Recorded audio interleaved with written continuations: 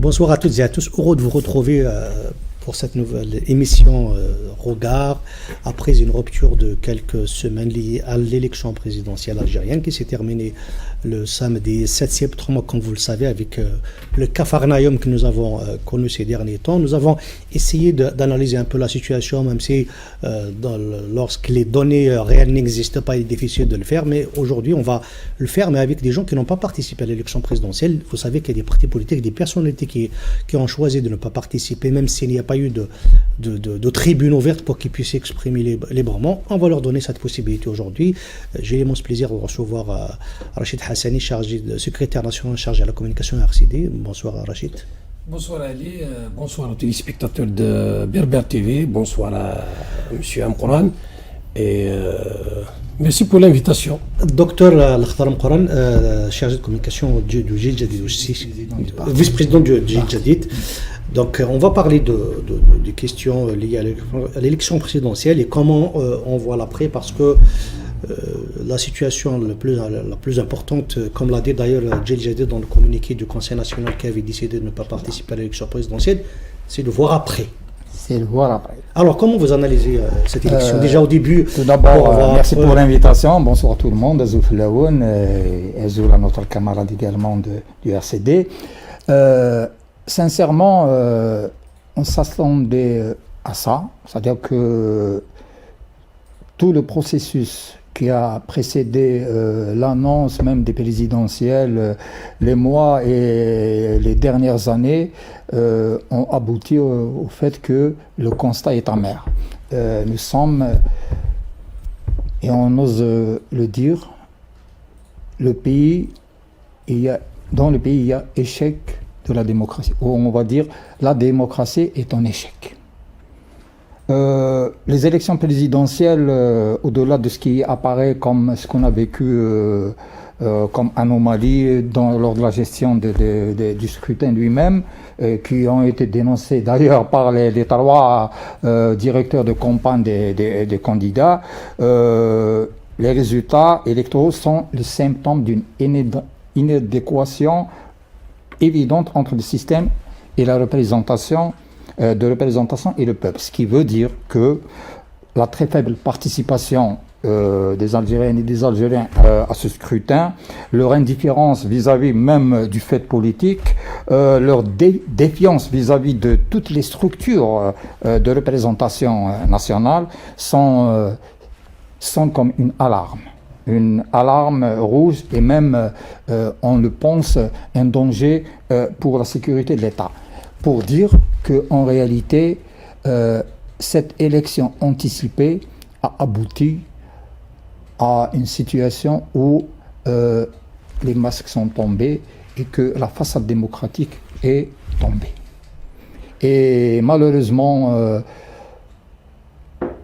pour l'Algérie, on aurait pu agir autrement. On aurait dû écouter les Algériennes et les Algériens, on aurait dû écouter la classe politique qui revendiquait une autre voie que celle d'une élection qui a abouti en fin de compte au statu quo. Rachid Hassani, comment est-ce que vous avez analysé la situation au RCD? C'est-à-dire quelle conclusion tirez-vous de cette séquence électorale au-delà du chaos, du capharnaüm que nous connaissons toujours et que nous n'avons pas encore résolu, qui n'est pas résolu autour des résultats de l'élection présidentielle? Eh bien, ce qui était attendu est arrivé parce que nous étions parmi les premiers, sinon les premiers qui avons alerté sur le fait que le taux de participation allait être très faible et que les conditions dans lesquelles allaient se dérouler ces élections étaient des conditions lamentables et des conditions qui ne permettaient pas un choix, une expression libre et transparente du peuple algérien. Donc nous l'avons alerté, nous sommes les premiers qui avons organisé un conseil national pour discuter de la présidentielle où nous avons demandé justement à ce que cette élection présidentielle ne soit pas fermée. J'ai été même invité ici où nous avons débattu de cette situation. Cette élection présidentielle était tout sauf une élection présidentielle depuis le début, depuis son annonce jusqu'au déroulement et tout ce qui a suivi la journée du vote. Aujourd'hui, le peuple algérien s'est exprimé. Enfin, je parle de la journée du vote.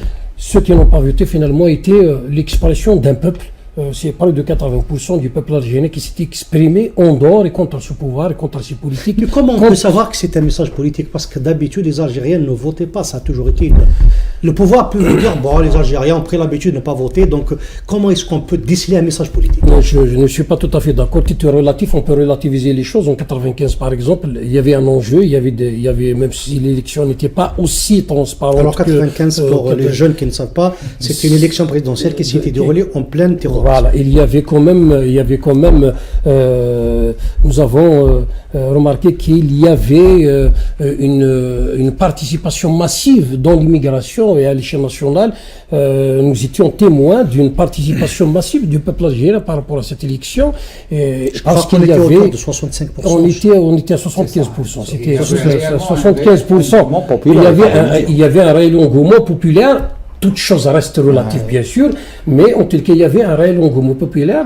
Les Algériens, et justement, c'est ça l'enjeu, parce que les Algériens se sont exprimés d'abord contre le terrorisme islamiste de l'époque. Et donc, on a eu quand même un cas où les Algériens se sont exprimés. Aujourd'hui, on ne peut pas dire que les Algériens ne se sont pas exprimés. À chaque fois, c'est la même chose, parce qu'ils se disent que de toutes les manières, participer ou ne pas participer à une joute électorale en Algérie n'allait pas résoudre les problèmes. Ça, la deuxième des choses, il faut rappeler le contexte dans lequel cette élection présidentielle est venue. Il faut rappeler 2019, la révolution populaire, le Hirak, la demande populaire, et puis la contre-révolution du pouvoir, du tenant actuel du pouvoir qui était là, avec un coup de force, qui a été intronisé par un coup de force, et ils ont mené une politique de répression féroce contre la population, ils ont mené une politique de tout sécuritaire, et donc ils ont fermé tous les espaces de liberté, ils ont empêché les partis politiques dans le nôtre d'activer et de faire de la politique. Donc on ne peut pas appeler les citoyens à un libre choix, à exprimer leur choix quand on leur refuse, y compris le droit de faire dans l'activité politique ou de s'exprimer librement. À partir de ce moment, il n'y avait plus d'élection. C'était une élection fermée, c'était une élection pour permettre l'intronisation d'un chef de l'État ou la réintronisation d'un chef de l'État choisi préalablement par les décideurs, par les gens qui commandent dans ce pays. Et voilà le résultat aujourd'hui. Les Algériens se sont exprimés massivement contre justement ce simulacre d'élection. Et là, il faut rapidement passer à autre chose. Il faudrait que ce pouvoir tire une leçon justement de cette désaffection, et dans un moment où il doit être sage, il doit être serein, il doit quand même revenir à la raison pour ouvrir un sérieux débat, un débat sérieux avec toute la classe politique, un débat et un dialogue inclusif avec toutes les forces vives de ce pays pour sortir de ce marasme, pour sortir de cette crise de légitimité. Docteur Amkran, comment est-ce qu'on peut expliquer cette confusion autour des chiffres, par exemple? Je sais que c'est peut-être un peu dérisoire de parler de quelque chose que vous qualifiez vous-même de non-événement, mais comment est-ce qu'on peut expliquer déjà comment on est arrivé là? En passant, on va dire, l'incompétence, on va dire, avérée de gestion du scrutin par l'ANI. Ce qui interpelle, c'est surtout l'incapacité des médiations, on va dire, régulières, comme les partis, les syndicats, les associations, de mobiliser. Il y avait une absence de capacité de mobilisation populaire par on va dire, les intermédiaires et les médiations qui étaient les organisations de masse ou l'ensemble des partis qui soutiennent le processus électoral tel qu'organisé. D'un scrutin à un autre, il y a quand même une défiance envers les politiques, parce que le pouvoir a toujours travaillé pour discréditer le politique. Il a, depuis, on va dire, le Hirak, l'espoir né le 19 février 2019 a été trahi.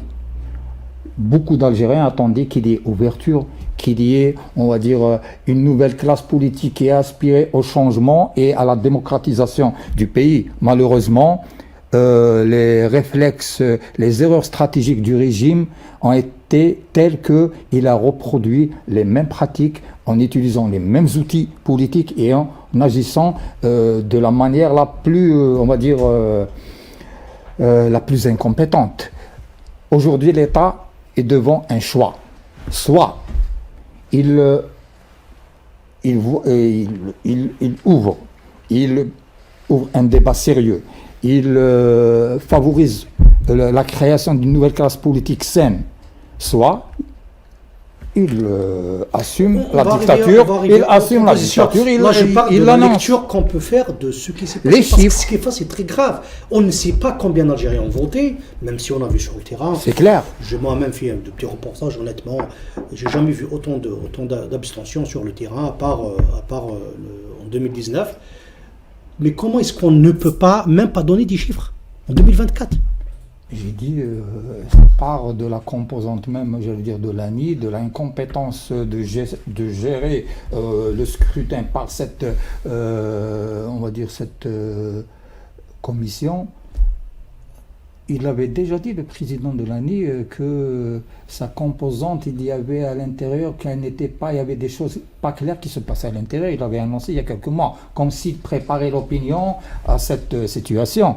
J'ai jamais entendu ça. Il avait rappelé il y a quelques mois lors d'une conférence de presse en disant que il y a des problèmes, il y a on va dire des résistances à l'intérieur même de l'ANI et qui font que ça a perturbé le fonctionnement. Mais il ne faudrait pas qu'on s'acharne exclusivement sur l'ANI, parce que réellement, elle n'est pas si indépendante que ça. C'est une création, on va dire, telle que aspirée ou espérée par l'ensemble de la classe politique, au moins les démocrates lors de Mazafrance, et on se rappelle bien en 2014, a été toujours le cheval de bataille des démocrates. Malheureusement, elle a été dépouillée de sa substance et elle est nommée par décret, elle est nommée par le président de la République, la composante de la même manière, et même ses prérogatives, on va dire, c'est limité. Ce qui est désolant, c'est que les candidats ou les représentants des candidats tirent à boulet rouge sur cette commission avec laquelle ils ont travaillé, avec laquelle ils ont accepté les règles du jeu, qu'ils n'ont pas dénoncées de manière frontale lors de la campagne et même avant.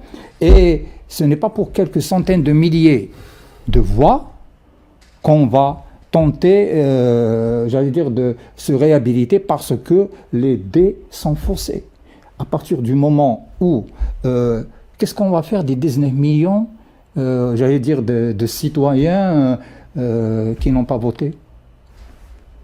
Et l'enjeu est là, parce que la légitimité et même la crédibilité d'une élection, et on l'a vécu lors du vote de la Constitution, le pouvoir en place ne donnait pas assez d'importance. Il disait que ce n'est pas un gros pourcentage ne pouvait pas, j'allais dire, annuler ou discréditer le processus tel qu'il a été. Abdelmajid Tebboune en personne a dit, je crois que c'était après législative, que le taux de participation ne l'intéressait pas.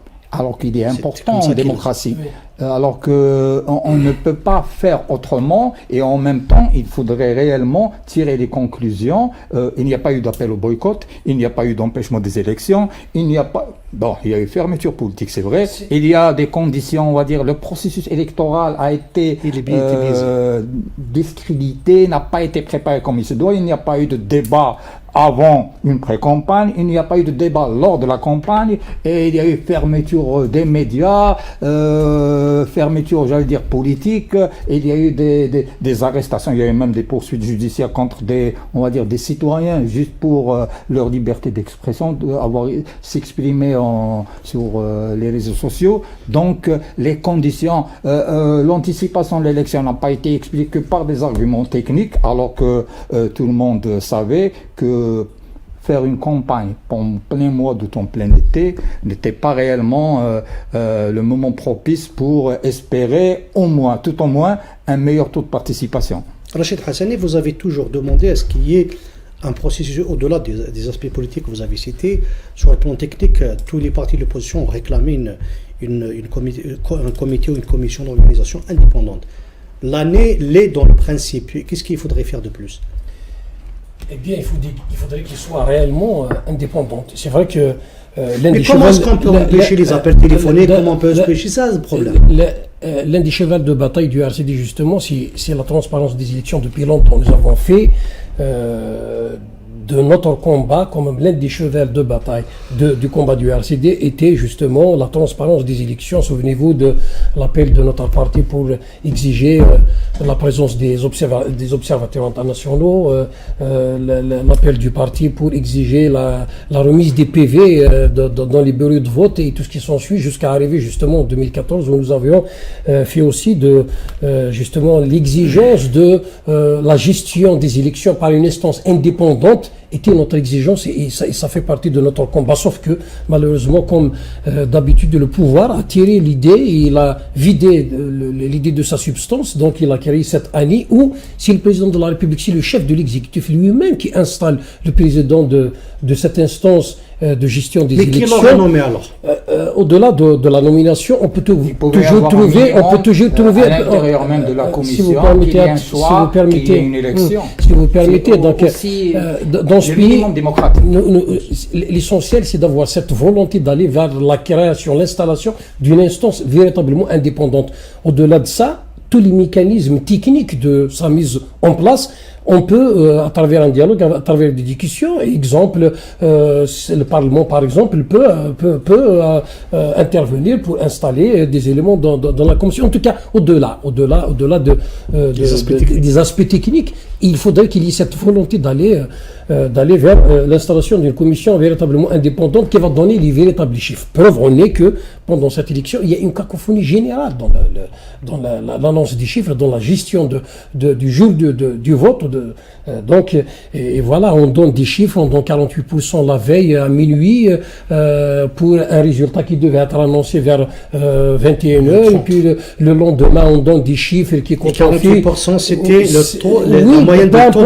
Peu importe, mais l'idée c'était justement de tromper l'opinion publique pour dire qu'il y a eu vote. Et puis le lendemain, on donne donc les suffrages exprimés. Quand on fait le calcul mathématique, donc on retrouve un chiffre de 23%. Et même ça, c'est au-delà de la réalité, parce qu'il y a eu une désaffection généralisée le jour du vote. Il y avait un désaveu généralisé de la population face à une politique de coup de force, face à une politique de répression, face à une politique faite de mensonges sur le plan des réalisations sociales, des réalisations économiques depuis 2019. Et ça, c'est un message politique. Ça ne peut pas être autre chose. Le peuple algérien est assez intelligent. Le peuple algérien s'est exprimé massivement en dehors des urnes. Il a dit que cette politique qui mène jusqu'à présent est une politique qui a fait long feu et qu'il aspire à ce qu'il soit considéré en tant que tel, en tant que peuple, à ce que son droit à l'expression libre soit respecté, et il demande à ce qu'il ne soit plus méprisé, et donc à ce que ses choix souverains soient donc traduits sur le plan politique. Voilà le véritable message. Et nous, en tant qu'RCD, nous l'avons dit, nous l'avons exprimé avant, nous l'avons exprimé juste après cette élection. Et il ne reste qu'une seule solution à ce pouvoir, au risque de mener le pays vers des jours qui ne sont pas meilleurs. Il faudrait ouvrir un dialogue sérieux avec la classe politique algérienne. On va arriver à l'après. Docteur Mkran, dans le communiqué que vous avez fait l'été dernier, je crois, c'était l'été 2023, pour dire que l'élection ne vous intéressait pas. Comment est-ce que vous êtes arrivé à cette conviction que l'actuel chef de l'État allait être reconduit? Tout d'abord, à travers la... De toute façon, c'est l'expression que vous avez utilisée dans le communiqué. C'est ce qui a été utilisé dans le communiqué. Nous avons appelé une analyse sérieuse de la situation après avoir vu la préparation, l'élimination de toute contestation, après avoir vu la fermeture médiatique et politique des espaces, après avoir vu fait le constat de l'absence de volonté politique réelle de faire participer tout le monde à la construction de la nouvelle Algérie telle que rassasiée un peu partout. Donc nous avons eu la conviction que, et avec les échecs par rapport aux BRICS, par rapport à la politique économique du pays, par rapport à la situation, on va dire le pouvoir, la perte du pouvoir d'achat des Algériens, une situation générale intenable qui n'allait pas être solutionnée par une élection. On va dire que, vous savez, dans la continuité ne pouvait pas être une solution pour le pays. je pense que le constat est fait aujourd'hui. Le pays vit un choc politique. Le processus politique et démocratique depuis 1988 a été depuis longtemps dévoyé. À chaque fois et à chaque étape, il y a eu, on va dire, on s'éloignait de plus en plus, on va dire, de ce qui était espéré par les Algériens et les Algériens. Donc, nécessairement, on a abouti à la situation d'aujourd'hui qui interpelle, j'allais dire, tous les militants, tous les patriotes, tous les Algériens qui aspirent à construire un état de droit, une démocratie où les Algériens auront leur mot à dire. Donc, ce n'était pas une prémonition, mais c'était tout à fait logique qu'on allait fatalement aboutir à la situation d'aujourd'hui. Rachid Hassini, honnêtement, dans le communiqué où vous avez expliqué votre décision de ne pas aller à l'élection présidentielle, même vous aussi, vous n'avez pas utilisé le terme boycott, d'ailleurs vous n'avez pas fait campagne dans ce sens. Vous aviez, est-ce que vous, après cela, est-ce que vous avez imaginé qu'on allait aboutir à une élection avec un taux aussi élevé pour le chef de l'État, 94%? Non, ces chiffres à la brésilienne, on pensait quand même que on n'est plus dans cette époque. Même si on savait qu'ils allaient ça avait donné 80%, 80 à 90%. Donc c'était déjà donné à la oui, bon, enfin, ceux-là, ils sont dans l'extravagance, ils lancent il dit n'importe quoi, en tout cas ce bonhomme, ce charlatan politique, c'est pas... Mais je pense que c'est pas tout à fait ça, puisque je pense qu'ils ont été déjà briefés avant, parce qu'il a lancé des chiffres qui se sont avérés vrais après. Au-delà de ce chiffre qui est annoncé pour le chef de l'État sortant, je vous dis que ce qu'il faut retenir, ce qu'il faut analyser, c'est tout le processus, un processus biaisé d'avance. Nous l'avons exprimé depuis déjà fin 2023. Nous avons dit que la manière avec laquelle ce processus est mené est un processus biaisé. Donc il n'allait pas permettre le choix souverain du peuple, il n'allait pas permettre l'alternance au pouvoir. Quand tu fermes les espaces, quand tu ne permets pas à des candidats potentiels de s'exprimer, de décliner leurs orientations et leurs programmes. Quand tu ne permets pas à des partis politiques légaux de s'exprimer, d'activer sur... Donc il n'y a pas d'élection. Et c'est ça le drame, c'est ça la problématique. Donc au-delà de ce chiffre, souvenez-vous de tout ce qui s'est passé même avant. Il y a un ministère de l'Intérieur qui chef de l'administration, qui est nommé directeur de campagne du candidat du système et à qui on a donné congé spécial jusqu'au 4.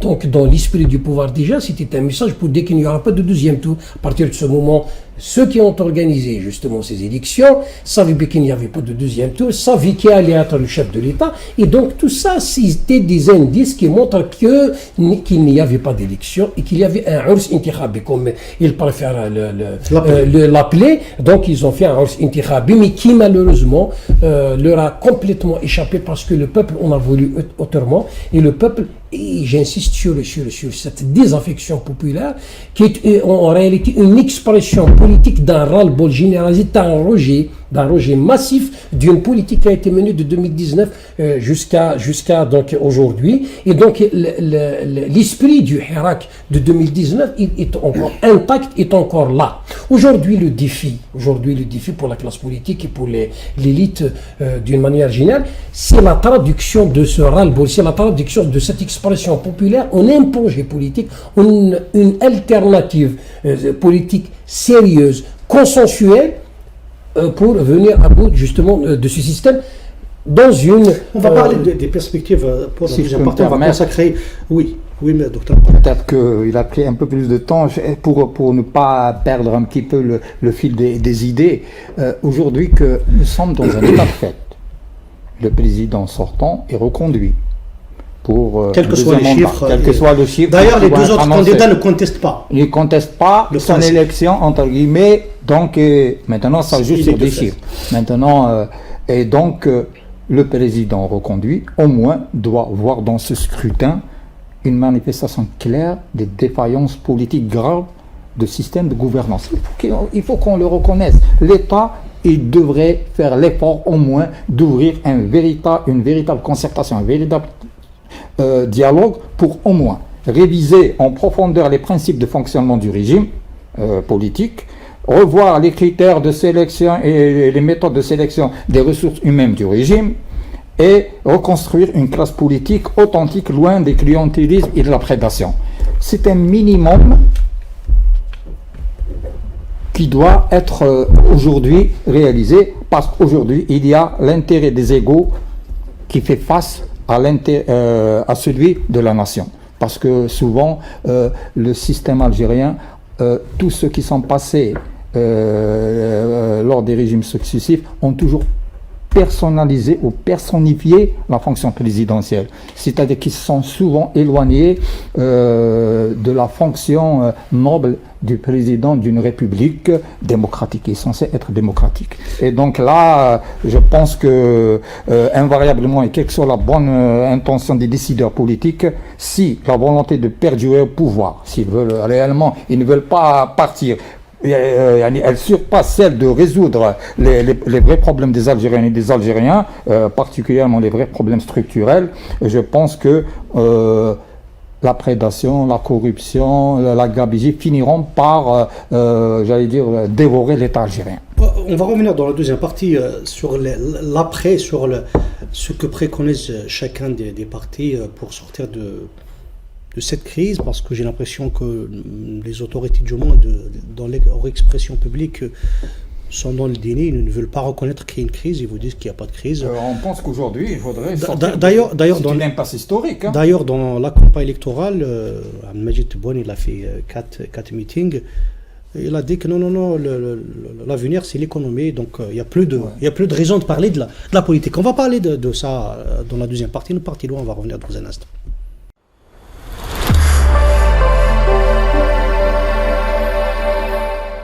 Rebonsoir à toutes et à tous, heureux de vous retrouver dans cette deuxième partie de l'émission Regard.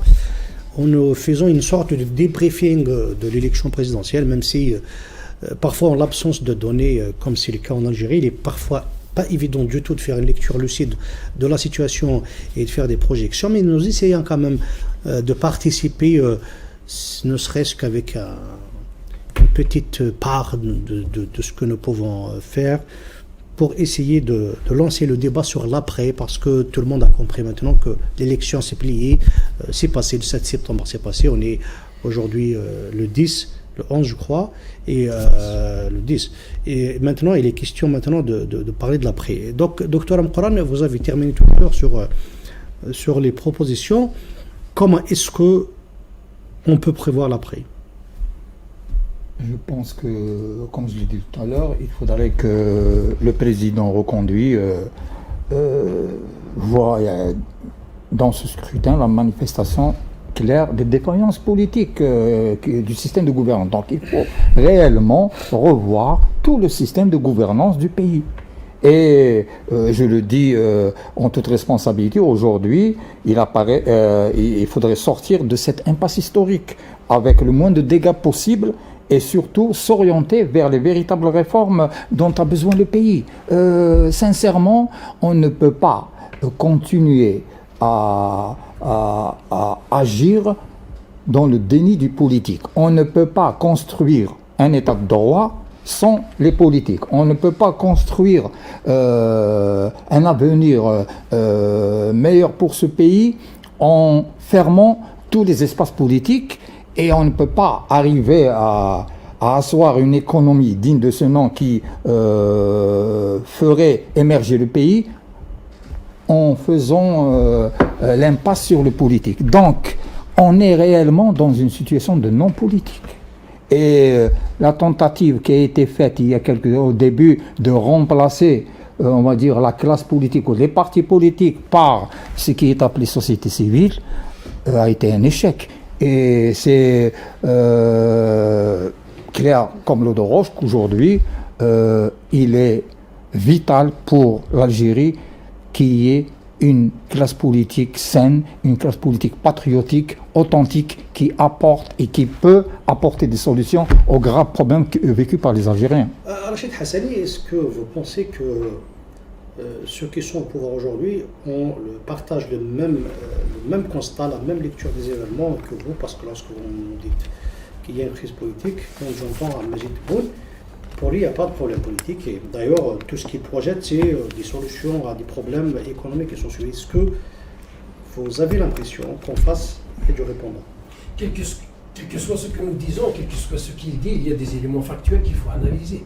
C'est-à-dire qu'on ne peut être départagé que par le terrain. Le terrain, aujourd'hui, il y a 3 jours de cela, a démontré que le peuple algérien rejette massivement ce pouvoir, rejette massivement les politiques de ce pouvoir. Et donc aujourd'hui, la meilleure lecture qu'il faut faire, la seule lecture qu'il faut faire, c'est de reconnaître son échec, c'est de reconnaître un fait, l'expression du peuple, et de reconnaître l'échec politique de ce pouvoir, de fait, et puis ce pouvoir, si dans un moment de sagesse, peut faire un examen de conscience et essayer au moins d'appeler la classe politique, toutes les forces vives, appeler un dialogue inclusif, un dialogue sérieux. Parce que la crise politique ne date pas de 2019. Il faudrait qu'on règle définitivement cette crise de légitimité et cette crise politique qui perdure depuis 1962. Nous n'avons jamais eu un pouvoir politique en Algérie fort d'une légitimité populaire. Nous avons eu effectivement des régimes plus ou moins légitimes et plus ou moins avec les voix de la fraude. Mais aujourd'hui, la réalité est que le peuple rejette massivement ce pouvoir. Et donc ce pouvoir, il n'a qu'une seule solution: revenir au droit chemin, revenir à la sagesse, revenir à appeler à un dialogue inclusif, parce que sans ça, c'est pratiquement la confrontation. Parce que si cette crise perdure à un certain moment, à un moment donné, quand il y a des étincelles sur le plan social, sur le plan politique, il peut y avoir des étincelles, c'est la confrontation. Donc, pour éviter cette confrontation, justement, pour éviter l'enlisement sur le plan politique, il faudrait revenir à la sagesse. Il faudrait que ces résultats soient analysés d'une manière lucide. Il faut associer les Algériens à la prise de décision. Il ne faut jamais mépriser les Algériens. Docteur Amkouran, le président de votre parti, Sofiane Djilali, je pense qu'elle a rencontré M. Tebboune 2 fois. Est-ce que vous avez l'impression que c'était du dialogue ou c'était juste des rencontres entre 2 hommes? Les premières rencontres, quand même, nous avons toujours appelé au dialogue. Pardon, pourquoi je vous pose la question? Parce qu'à chaque fois, le pouvoir, à chaque fois qu'on lui pose la question, il vous dit: ah voilà, j'ai rencontré des gens, j'ai reçu et j'ai dialogué. C'est ça le dialogue. Le dialogue, ce n'est pas seulement se rencontrer, mais c'est surtout discuter, s'écouter sur les grands problèmes qui sont posés à la nation, et que ce soit les problèmes politiques, sociaux et économiques. On nous écoute, mais dans la pratique, à partir de les 2 dernières années du mandat du président sortant, ont quand même montré que les politiques menées, particulièrement à travers ces gouvernements successifs, n'étaient pas à la hauteur des espérances des Algériens, n'étaient pas à la hauteur de ce que nous souhaitions et de ce que nous avions proposé dans les différents domaines de la vie publique, particulièrement sur un plan politique, pour le renouvellement de la classe politique, pour le changement des lois scélérates, des lois du code électoral, de la loi sur les partis politiques, dont les rumeurs disaient que les partis allaient devenir presque des allégeances ou des arrière-boutiques, on va dire, du ministère de l'Intérieur, où il intervenait sur la vie de tous les partis politiques. Donc c'était clair qu'on annonçait qu'on allait vers une fermeture plus dure et on va dire qui allait nuire réellement au processus tel que nous l'avons souhaité tout au départ. Donc nous sommes toujours pour le dialogue, nous l'avons appelé, nous l'appelons encore une fois en parlant de véritable concertation sur les questions que j'ai évoquées tout à l'heure. Il est bien évident que l'Algérie mérite, le pays est quelque chose de sérieux. On ne doit pas jouer à la roulette russe avec le présent et l'avenir des Algériens et des Algériennes. Donc l'Algérie au-dessus de tout, mais nous devons y aller tous ensemble. L'Algérie doit renouer avec la vérité, elle doit renouer avec sa vérité, elle doit rassembler ses enfants patriotes en pensant, parce que les effets d'annonce à notre diaspora, à toutes ces Algériennes et ces Algériens qui sont un peu partout dans le monde et qui peuvent apporter leur contribution à la construction de l'Algérie, à réorganiser les institutions du pays, parce que c'est la majorité des institutions, je l'ai dit tout à l'heure, que la problématique en dehors des chiffres, en dehors de l'incompétence de gestion du scrutin, en dehors de des défaillances de l'ANI, c'est surtout cette incapacité à mobiliser le peuple autour d'un projet, parce que on n'a pas offert un projet de société au peuple, on n'a pas offert un projet politique sérieux à la population qui attendait beaucoup. Donc également, il faut reconstruire cette confiance perdue entre l'État et les citoyens. Le cordon ombilical a été rompu. Et là, la gravité de la situation interpelle tout le monde pour redonner au moins espoir aux Algériens. Dans le cas contraire, vous savez, on n'est pas pessimiste à Djadid, mais l'effondrement de l'autorité publique devant des citoyens désabusés peut être fatal pour le pays. Alors, Hassan, est-ce que votre parti qui n'a pas été convié au Conseil Bulle que nous avons vu ces dernières années, est-ce qu'il est prêt demain à participer à un dialogue si le chef de l'État appellerait à cela? Le dialogue est une vertu. Le dialogue est une vertu, personne ne peut refuser raisonnablement pour un homme civilisé le dialogue, sauf que un dialogue sérieux avec le pouvoir, ça doit avoir des objectifs, ça doit avoir un timing, ça doit avoir de la transparence. On ne peut pas être invité à prendre une tasse de thé et dire que c'était un dialogue avec les partis politiques. Et d'ailleurs, je pense sincèrement, et nous le pensons dans notre parti au RCD, que un certain nombre d'acteurs politiques justement ont été conviés pour prendre une tasse de thé. Et nous pensons que c'était une erreur parce qu'au moment où il fallait, parce que la politique est un rapport de force, il fallait absolument qu'on mette les conditions dès le départ des préalables. Des préalables parce que à un certain moment, beaucoup d'Algériens étaient détenus. La répression des partis politiques, la répression des militants politiques. Beaucoup de militants ont été pris en prison. Il fallait au moins mettre ça comme condition d'aller dialoguer avec Tebboune. Et donc, quand on ne met pas les conditions, et puis voilà, donc ils exploitent l'image, on t'invite, on t'écoute, on fait semblant de t'écouter, on donne le sentiment de t'écouter, et puis tu ressors sans rien obtenir. Alors, je pense que comme un par rapport aux détenus politiques. Attendez, je termine, docteur. Oui, on a libéré les camarades qui ont été libérés, qui n'ont pas accepté la situation. Je termine en tout cas l'histoire, et là, bien sûr. Pour tout le monde, je ne parle pas du cas de Djadid particulièrement, je parle d'une manière générale d'un rapport de force en politique et qu'un dialogue, ça doit avoir un objectif et des conditions pour aller à ce dialogue. Et d'ailleurs, c'est parce que nous avons mis des conditions et des préalables au départ en tant que parti, en tant que RCD, que nous n'étions pas convenus parce que ça ne nous intéresse pas, ça ne nous intéressait pas d'aller prendre une tasse de thé ou une tasse de café avec le chef de l'État, apparaître à la télévision et sans rien obtenir après. Aujourd'hui, nous appelons encore au dialogue, un dialogue sérieux. Hiwar Jad, comme on dit en arabe, donc un dialogue sérieux qui doit avoir des objectifs. Le seul objectif, c'est comment sortir l'Algérie définitivement de cette crise politique récurrente qui revient à chaque fois. Donc, il faudrait qu'il y ait une véritable volonté politique d'associer les Algériens à travers leur élite universitaire, leur élite politique, leur élite syndicale, associer tout le monde à un dialogue inclusif avec un processus constituant une transition démocratique, y compris s'il est contrôlé par le pouvoir, parce qu'à un certain moment, justement, l'une des critiques, c'est que les gens disaient que qui va contrôler cette transition démocratique, c'est la débandade, c'est à la libyenne, c'est à la syrienne, alors en réalité, il n'y avait pas de volonté, parce que Tebboune, à son élection, à son intronisation, il avait toute la latitude de mener une véritable transition politique à partir du moment où la crise institutionnelle était réglée, du moins par rapport au chef de l'État. Donc, ils avaient tous les moyens d'aller vers un véritable dialogue, une conférence nationale, peu importe les mécanismes. Mais en tous les cas, je me rappelle que le RCD à l'époque était fermé à toute éventualité. Non, je reviens. Après, vous expliquez comment il était notre en 2019, le RCD était contre toute solution qui viendrait des institutions. Non, mais il y avait en faveur d'une transition totalement. Attendez, parce que vous parlez d'une autre époque. Il y avait. Oui, mais c'est la réalité.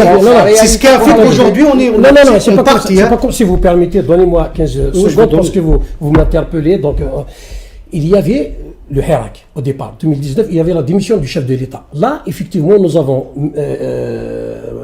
fait une proposition politique, une initiative politique, nous avons parlé d'une transition démocratique. Vous étiez au Parlement. En ce temps-là, vous étiez au Parlement. Oui, nous étions au Parlement. Nous avons fait une proposition politique d'un panel qui allait prendre les rênes de sa transition politique. Mais du moment où Tebboune a été intronisé le 12-12-2019, c'est de cette époque que je vous parle. Je vous dis que le pouvoir à cette époque-là encore, même Tebboune, le PAD a continué après Tebboune. Oui, le PAD a continué après Tebboune.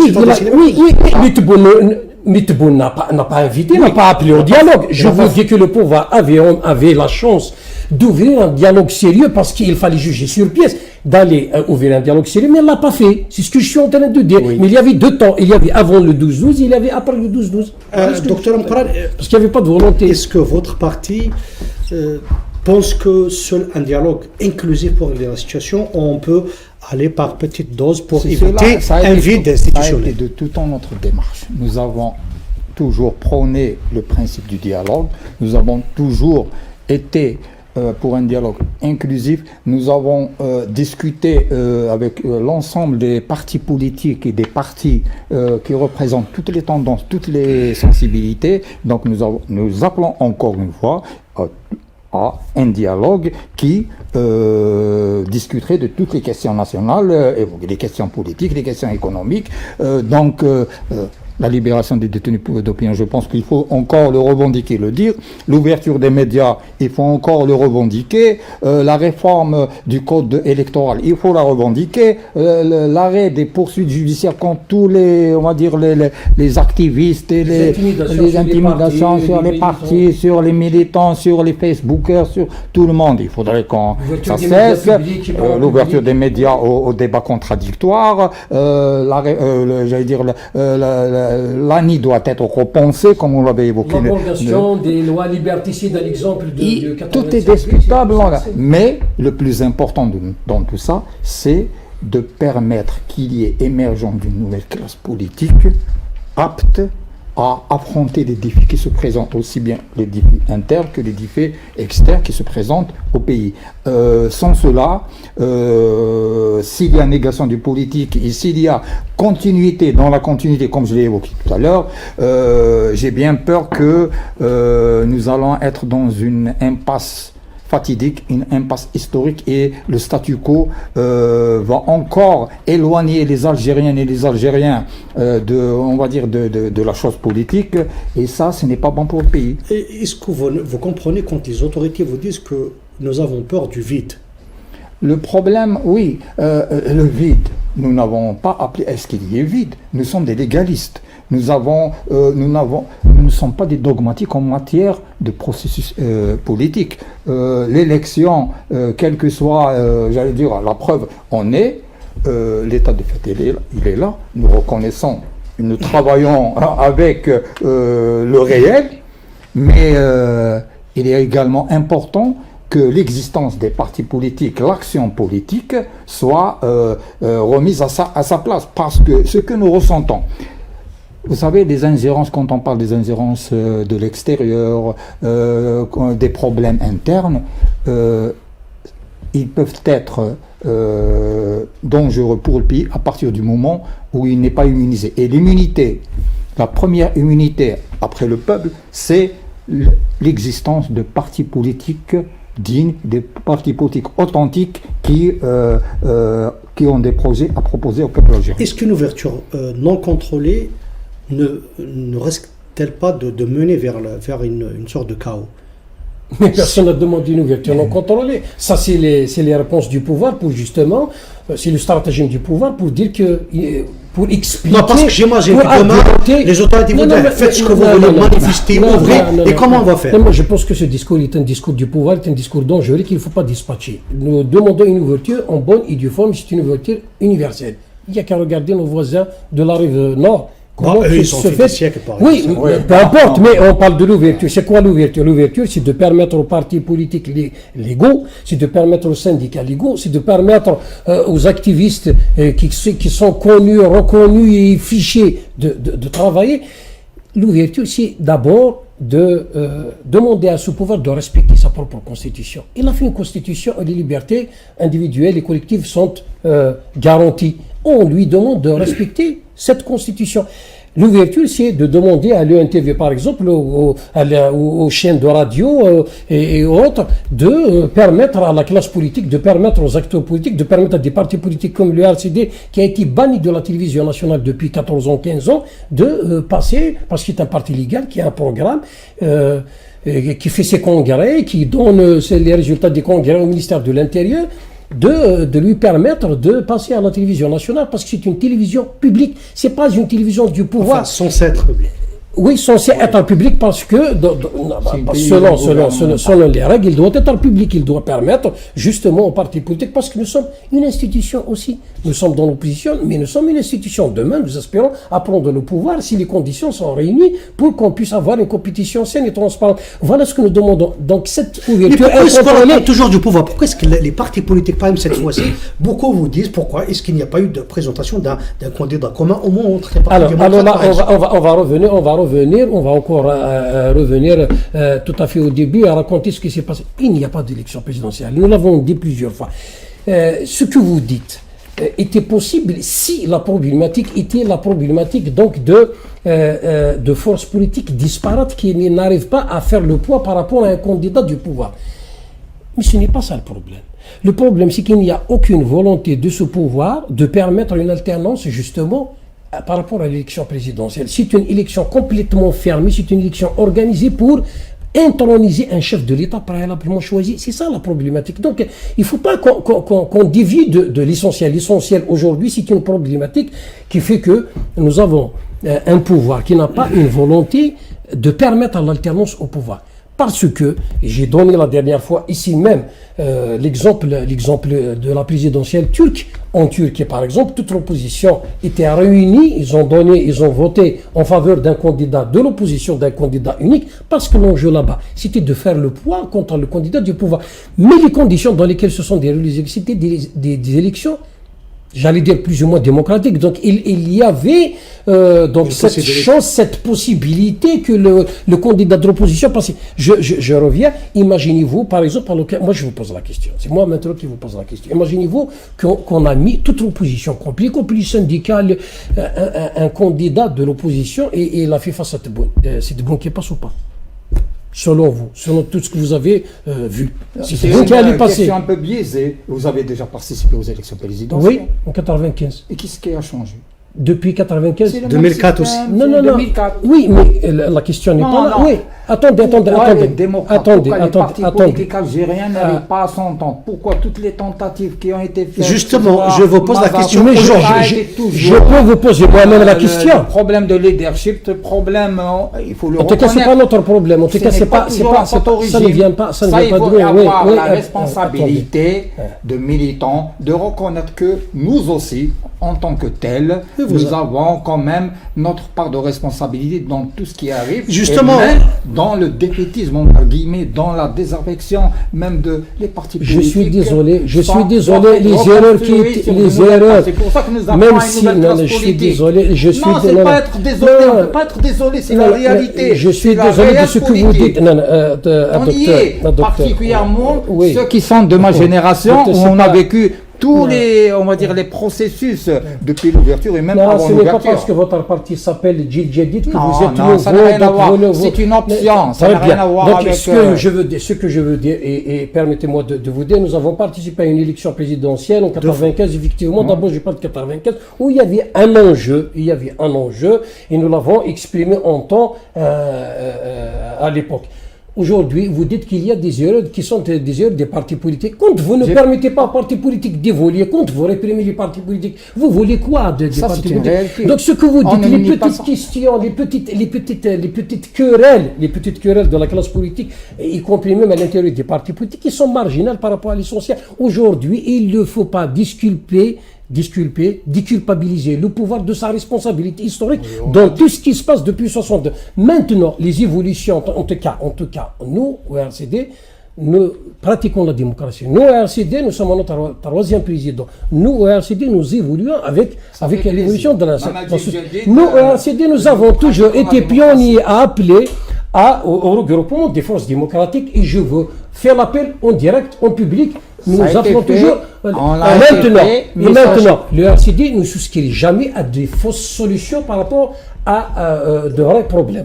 Voilà. Docteur Amtan, justement, j'allais vous poser la question sur Rachid Hassani parlait souvent de la création d'un rapport de force, justement au sein de la classe politique. Est-ce qu'il n'est pas possible maintenant, il n'est pas temps peut-être d'aller regrouper pour proposer quelque chose, d'aller même taper à la présidence, voilà, vous ne voulez pas bouger, nous même en plein Hirak par rapport à la Hirak, c'est fini, mais je parle c'est une autre mais nous ne sommes pas fermés aux discussions, nous avons toujours prôné. C'est ce que dit tout le monde, mais non, nous faisons les pas, et j'en parle même avec le RCD, parce qu'on a eu des invitations, et avec votre nouvelle présidente lors de votre congrès des jeunes progressistes, mais depuis, le contact a été coupé. On attendait que la proposition soit concrétisée. Donc j'y étais moi-même parmi les invités. Donc, nous ne sommes pas gênés, au contraire, nous sommes là pour travailler ensemble, nous sommes là pour tenter de créer un rapport de force favorable, au moins, on va dire, aux démocrates patriotes, qui aspirent au changement réel dans le pays, mais dans la légalité, on va dire dans la transparence, en toute responsabilité. C'est pas des mots galvaudés comme cela, mais face aux défis et face aux Algériens qui attendent beaucoup de nous, je pense que nous pouvons faire cet effort-là. Cet effort-là est une exigence historique pour les Algériens. Sinon, ils continueront à dire les partis politiques, vous êtes tous les mêmes, vous ne pensez qu'à votre propre pouvoir, mais le pouvoir arrive toujours à rassembler ses forces, même si c'est des forces, on va dire, factices, mais elles sont là. Ils s'unissent autour de leur projet, du projet du pouvoir. Rachid Hassani, il ne reste pas beaucoup de temps, et on a l'impression que selon des indiscrétions, il y aura des élections législatives et locales. Est-ce que c'est une bonne décision, ou auquel cas est-ce que vous allez essayer de fédérer au moins les partis politiques qui sont du même bord pour au moins essayer de peser, ou vous allez continuer dans la politique de boycott? On n'a pas boycotté. Certains même nous accusent de faire dans la chaise vide. Il n'y a pas de chaise offerte. On ne peut pas refuser une chaise qui n'est pas offerte. C'est pas possible. Je vous dis que le problème, en tout cas, nous au RCD, notre analyse est autre. Notre analyse, y compris pour les élections probablement législatives qui sont anticipées ou pas, les élections locales, la problématique, c'est les conditions dans lesquelles vont se dérouler les élections. Pensez-vous que le peuple algérien va retourner aux urnes si les conditions politiques restent les mêmes à l'occasion d'une législative anticipée? Ils ne vont pas retourner aux élections. Ils ne vont pas retourner. C'est ça la problématique. Donc il faudra que là qu'il est, il est en main du pouvoir.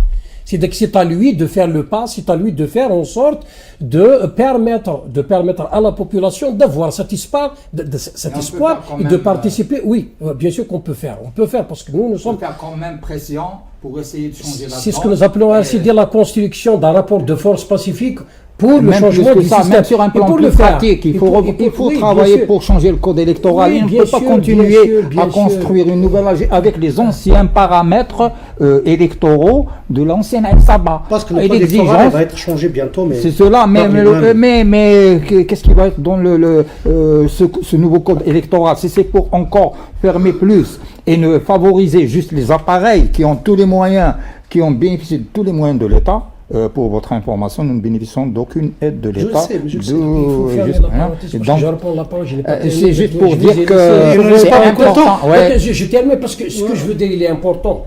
Et nous le pensons, c'est dans tous les cas, il ne faudrait pas qu'on pense que nous sommes dans un système politique normé. où il y a une opposition politique, il y a une majorité politique, en jeu le jeu institutionnel, où il y a une alternance au pouvoir, il y a des conditions, des règles universelles de transparence, d'alternance au pouvoir. Nous sommes des partis politiques, effectivement, qui avons exploité une brèche ouverte en 88 pour avoir un agrément, travailler dans la légalité. Nous ne sommes pas dans un système normal, nous ne sommes pas dans un système normal, nous sommes encore à essayer de subsister, nous sommes encore à militer pour justement permettre ces conditions minimales de la pratique politique. Nous sommes encore à militer pour que nous puissions exister déjà sur l'échiquier politique. Donc il ne faut pas demander aux partis politiques, parce que la responsabilité aujourd'hui, ce n'est pas la responsabilité des partis politiques, c'est la responsabilité de toute une société, de l'élite universitaire, syndicale, politique, tout le monde, parce que nous sommes dans un système que j'appelle tout le temps hybride,